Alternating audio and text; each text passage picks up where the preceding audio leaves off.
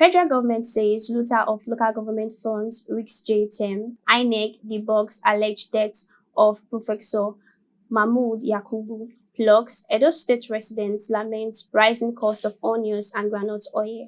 Hello, a warm welcome to VOS TV Main Bulletin. I am Esusa Omorwe. The Attorney General of the Federation and Minister of Justice, Lateef Fagbemi, has cautioned local government chairmen across the country against mismanaging or looting public funds. Fagbemi stated this in Abuja at the 2024 annual conference of the National Association of Judiciary Correspondents. Jude Aweke reports. There are certain issues I need to respond to. The Attorney General of the Federation and Minister of Justice, Lateef Fagbemi, noted that the undue interference of governance in local government affairs has hindered meaningful grassroots development in the country, leaving the majority of the councils in shambles. This, according to him, underscores the local government autonomy to change the narrative. When you visited the local government secretariat, most of them have been overgrown by weed, bushes, and all that. The situation was also such that even when the secretariat needed to buy stationaries, you had to notify the governor in advance that you want to spend your money. And we have listened to such funny arguments before and after the judgment, to the effect that, oh, they are not matured enough. I said, how better are you? Are you any better? Leave them. So the aftermath of the Supreme Court judgment on the local government autonomy is the continued assurance of the inviolability of the existence of the third tier of government, that is the local government. The law is well settled that the enforcement of a valid judgment of a court of law must address exactly what the judgment being enforced decided. The exact terms of the judgment cannot be varied and must be enforced in exactly the same tenor as was determined. Accordingly, an issue which has been decided upon by the Supreme Court is final and conclusive, and is not subject to any further test of validity. He, however, stressed that the autonomy granted to local governments by the Supreme Court is to empower the grassroots and not an opportunity for corrupt politicians to cut away public funds into private pockets.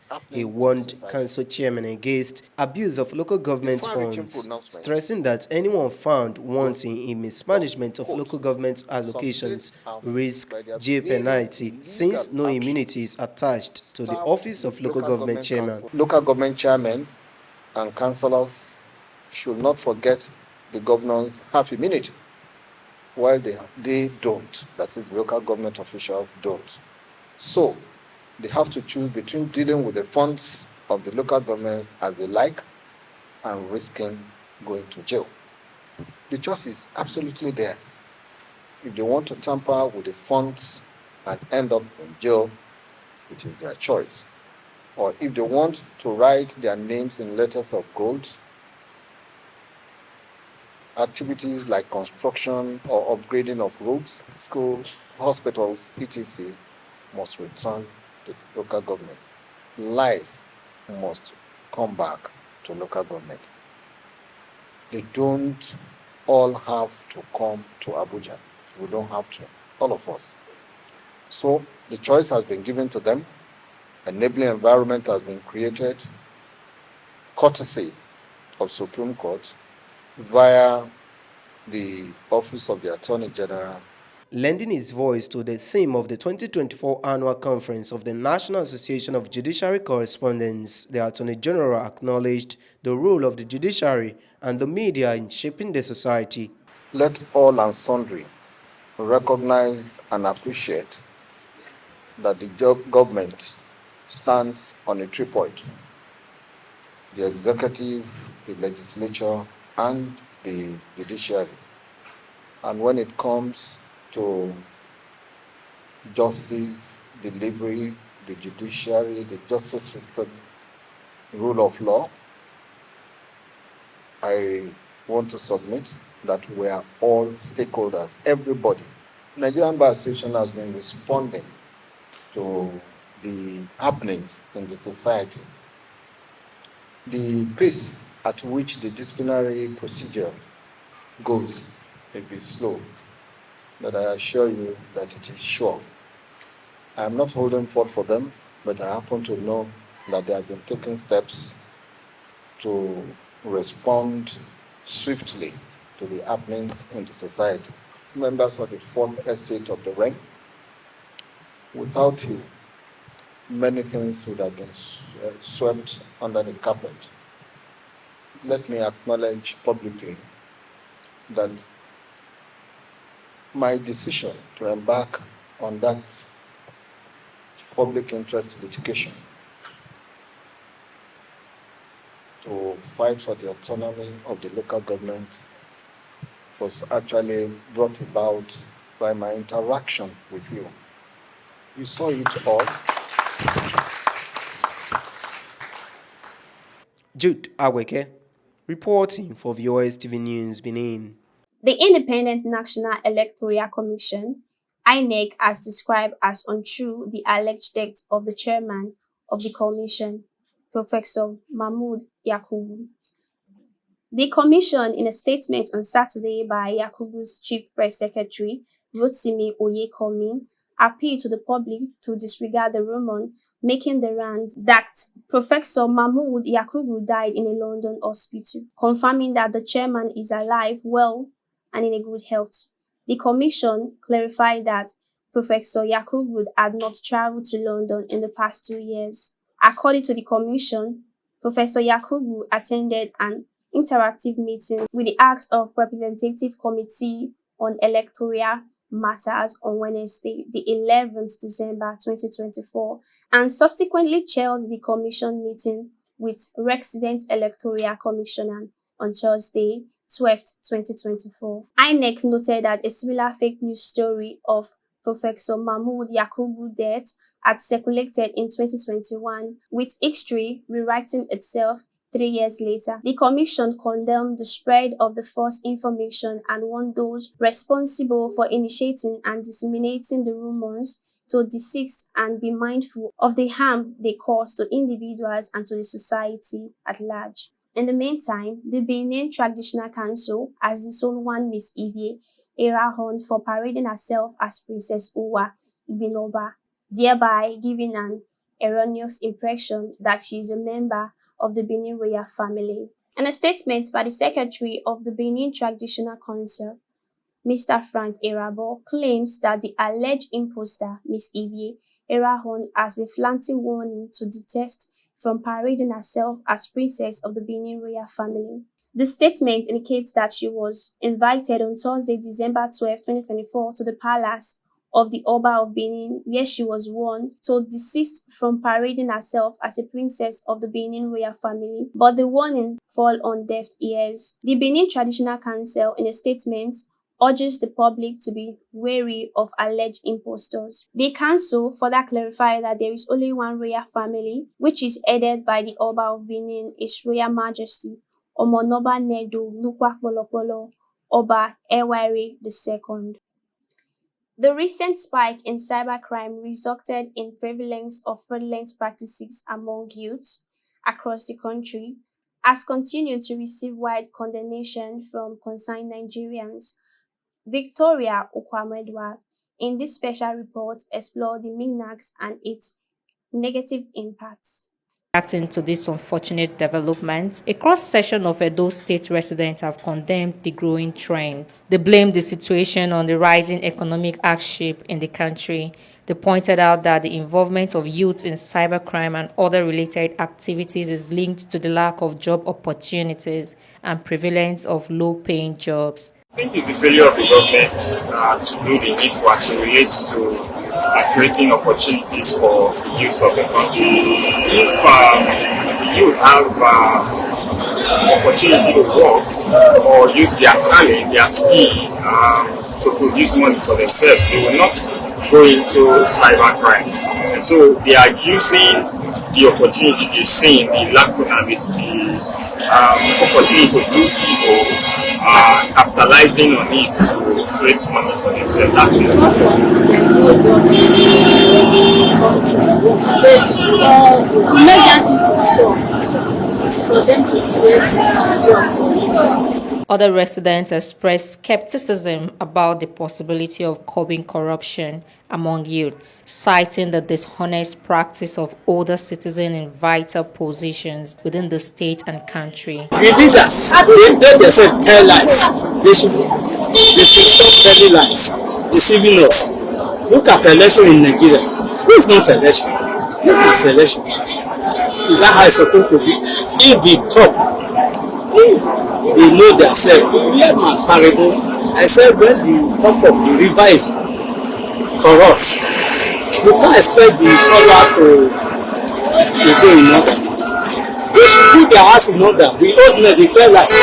They emphasized that these older leaders' lack of integrity hampers their ability to effectively address youth involvement in cybercrime. These respondents urged the government to engage these youths in meaningful skill acquisitions, programs and initiatives that will keep them occupied and beneficial to themselves and society at large. The reason why these youths are going into this is because when you see your mate that is a counselor, what is spending outside, you want to be pushed to go and do it.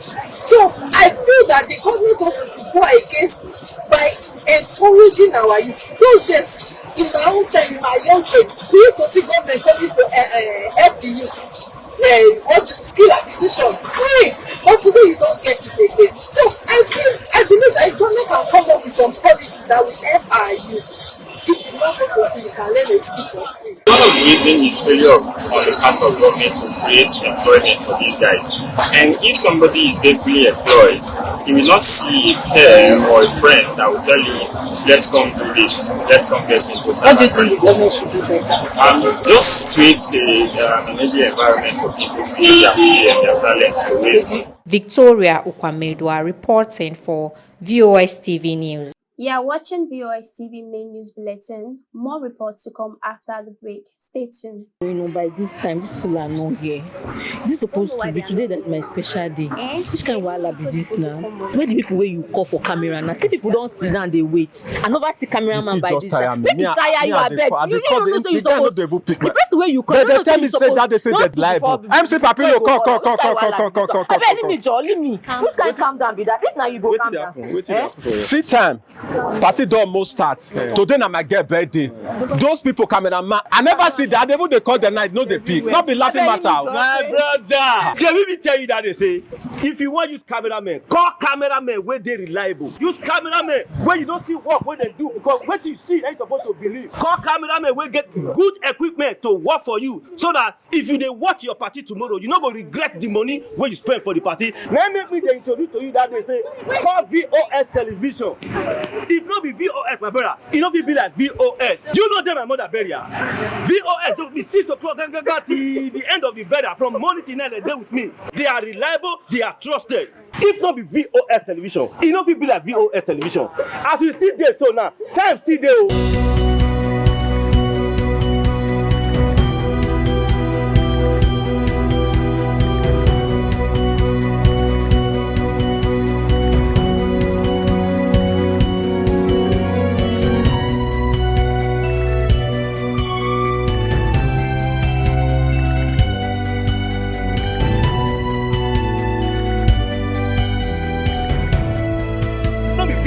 It not be like VOS. Welcome back, and now the rest of the news. As the Yuletide approaches, residents in Benin City are already lamenting the outrageous cost of onions and groundnut oil. Blessing Peters visited the popular Ekusa market in the metropolis on a market survey. The report.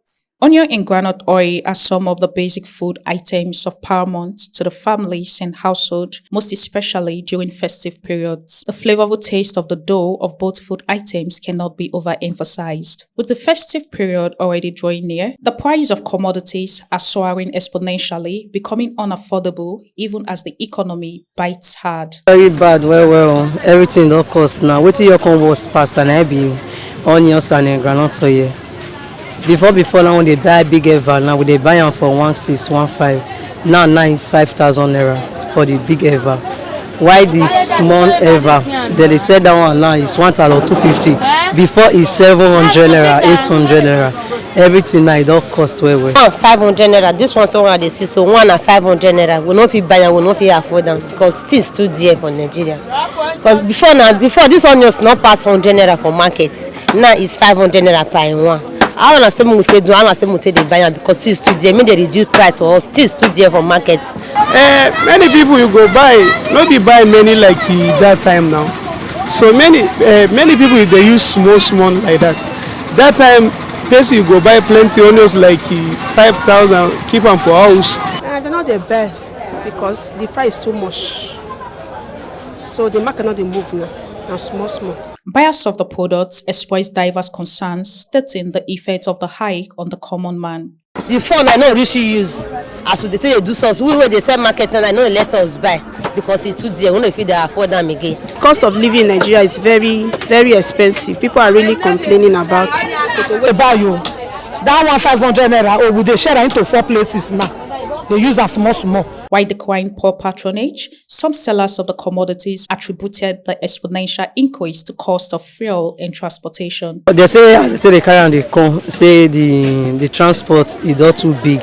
Now make they say a journal for the onions. Bag now is 300,000. When they used to buy onions before 80,000, 70,000, 60,000, now it's 300,000. Transportation and they kill them. For that side, not that side, they not there like that. To carry and come here might be big problem for inside. You say how much would they take buy for that side? No, they reach one something. But transport when go take carry and come here, now big money. As onions and groundnut oil are gradually becoming unaffordable, so also the prices of other foodstuffs are soaring. The people want the government to stringently weigh in as soon as possible and regulate the prices of foodstuff towards cushioning the effect of incessant hike on the people, most especially on the common man. Blessing Peter, reporting for VOS TV News, Benin. Family, friends, and loved ones over the weekend rallied around the Deputy Superintendent of Police. Family, friends, and loved ones over the weekend rallied around the Deputy Superintendent of Police, Francis Egwaje, as he bows out of service in a grand style. Austin Ayeni reports is here presented from the studio. The retirement party, which took place at his residence in Benin City, attracted his family members, friends, colleagues, church members, landlords and landladies of Igbekun community, as well as associates, including the immediate past chairman of Edo State Civil Service Commission, Prince M.M. Ogedegbe, and former chairman of Oriomo local government. The colorful event began with grand entrance of the celebrants, DSP Egwaje Francis and his gorgeous wife into the party ground.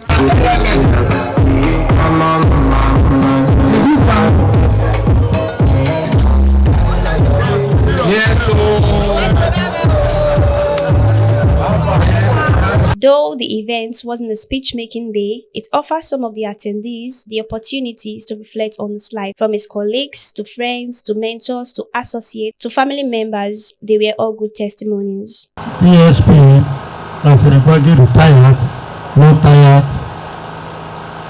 I knew him since 1990, 35 years ago. He's a colleague, a friend and a winner.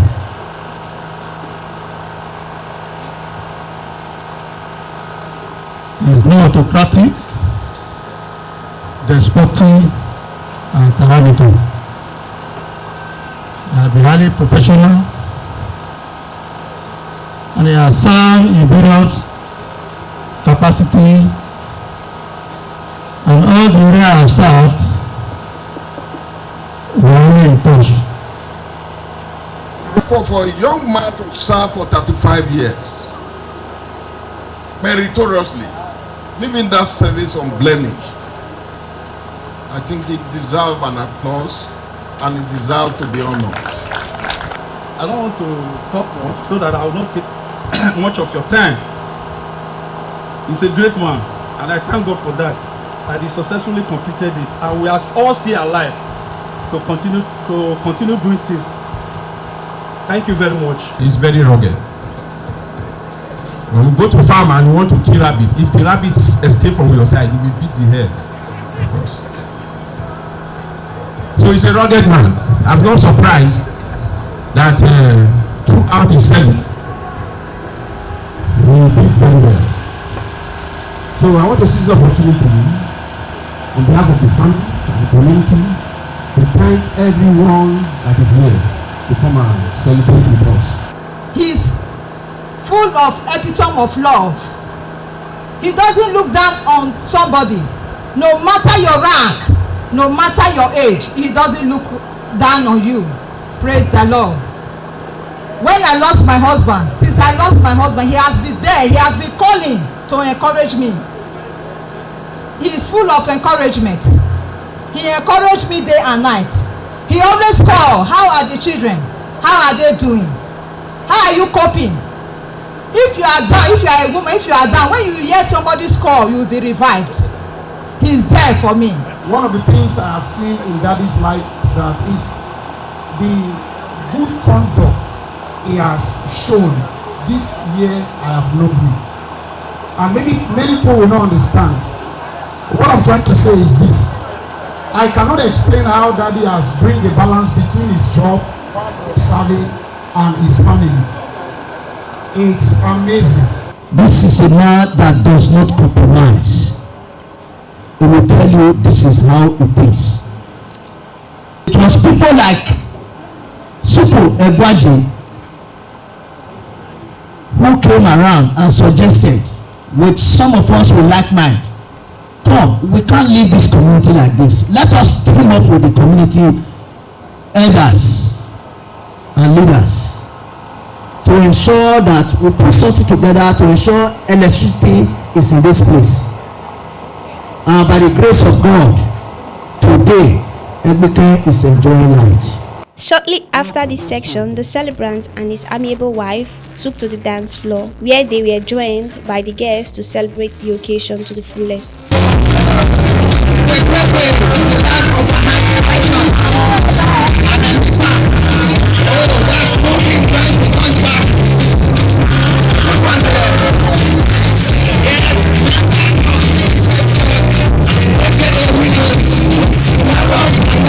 The joy of DSP Egwadre Francis on the occasion was evident as it displayed its dance dexterity to the delight of the guests.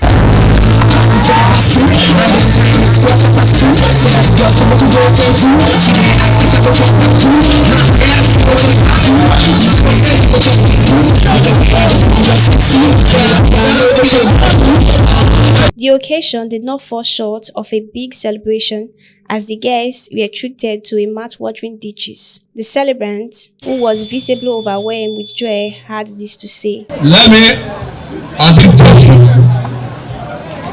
thanks each and every one of you who did meet faith upon your tight schedule to grace this occasion.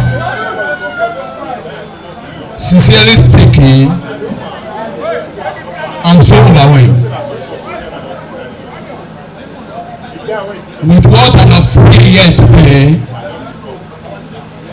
It only reminds me to continue to do more. In an interview with our news crew, a cross-section of the attendees spoke glowingly about his personality. I'm feel great. I am happy today. Today is my happiest day when my husband retired for 35 years in service. I am happy and thank God for his life. Oh, he's a very nice man. I congratulate him. No injury, no death for all his life that he has served for 30-something years with government. I appreciate God for his life. I'm so surprised to see a policeman that after 35 years of service to call for retirement for people to come and celebrate with him. It really shows that he's a very nice man. He's an easygoing man. He's a man of sincerity. Doesn't really raise his shoulder, no matter his position when he was in service, even till now. He played with almost everybody, irrespective of the age, status, or whatever. See him today, celebrating 35 years, 36 years in service in government and police for that matter. He was celebrating. I feel delighted to have many people around, excited to see my elder brother after serving 35 years meritoriously. He retired without no sickness, no demotion, so it's worth celebrating. It's a memorable day because at least he completed 35 years without sickness. You understand? And he's still sound. So we thank God for that. He is a man that cares for people, that he loves his people. And he worked meritoriously 35 years from the job. And we're healthy, well living. And we at the Young Shagro or the Nigeria Police Force, we are praying to be like him one day, to exist from the job. I feel elated. Wise people say it is good to be good. If you see a police officer being celebrated like this, you know that he has been good right from the beginning. DSP Egwadre Francis retired, joined the Nigeria Police Force under the Babangida regime in 1989 and retired in November 2024, having risen to the rank of Deputy Superintendent of Police. During his service in the Nigeria Police Force, he served in various police departments and spearheaded several police operations and missions. In the testimonies where anything to go by, DSP Egwadre Francis indeed deserves a place of honor, not just in the Nigeria Police Force, but the society at large. And that report concludes our news bulletin. Do stay safe as you prepared for the Yuletide festivity. On behalf of the production team led by Jude Aweke, I am Esosa Omorube. Bye for now.